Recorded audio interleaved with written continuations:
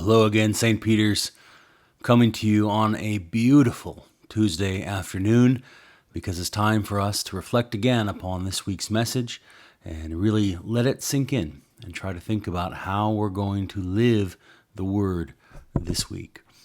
Now, I know a lot of you were gone, but what we did is we actually took a 1-week break from our study in Daniel and looked instead at a different story of courage, which is the woman who comes and washes Jesus' feet. And so, if you recall, there's two people in this story, essentially. There is a woman, and all we know about her is that she is a sinner, right? So that means she is a publicly known sinner. Most likely, that means she's involved in some sort of prostitution, but we don't really know that. But we do know that everybody knows that she's sort of a public sinner. And then we have a righteous man named Simon, who's a Pharisee who throws this party for Jesus.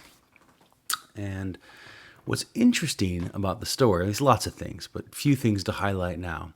And first of all, I'd love it if you'd go back and read that story, Luke 7:36 through 50. But what's interesting is that Simon doesn't seem to even notice this woman as a person.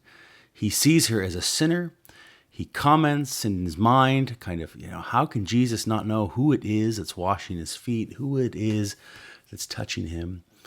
And it brings up a point that I think church folks need to really think about, which is when we look at people, and maybe even particularly people who are not in church, maybe even particularly people who are involved in things that we would say are sinful activities, do we see the humanity of that person? Or do all we see is they're a sinner, they're bad, they're a part of a sermon, they're a punchline? I'll tell you the truth, Jesus wants us to see that there's a person. He keeps saying to Simon, do you see this woman, Simon? She is the one who's being hospitable to me, even when you are not. So that's the first thing. How do we see people? All people. And secondly, of course, he tells a story about a person who owes a lot of money, and one is forgiving a great debt, and the other is forgiving a smaller debt. And he asks this question, who will love the person more, the person who forgave the debt? And he says, well, I suppose it's the one who has the larger debt forgiven. And he says, that's absolutely right. And then in verse 47, he says the stunning line. I want to just read it to you. He says, therefore, I tell you, he's talking about this woman that has many sins. He says, therefore I tell you, her many sins have been forgiven, as her great love has shown.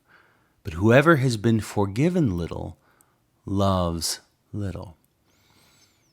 I want you to think about why Jesus draws this line, saying people who have been forgiven little love little, while people who have been forgiven much love much. I think it's really deep. Jesus is often really deep. But if you think about that for a little bit, I think we see that in our lives. People who know they have need are often more generous. The poor are often more generous to one another than are the wealthy. Really interesting. And I think a lot of us like to think of ourselves as people who do not have great need, but that, of course, is not true. How often do we strive to keep up appearances before one another, to act as if everything's great, as if we don't have any sins we need to confess, as if we don't have anything going on in our life where we really have need of God or friends? And yet, what does that do? It doesn't actually keep us high. It doesn't keep us strong. It means that we love little. We engage little. Instead of being forgiven much and then loving, we kind of keep our distance from folks and stay away. And that's not who we want to be as a church. I hope we can go deep with us, this idea that we are sinners. If you want to know where sinners are, they're in churches at 10 o'clock and 10:15 and 10:30 every Sunday morning. That's where the sinners gather. And it's okay to need the grace of God, church. It's okay to have to go before Him. Then we can be forgiven much of our many sins, and it unlocks us to love others who are also sinners, just as we are. So think about these things this week, church, and I look forward to seeing you again Sunday as we continue our study in Daniel 5.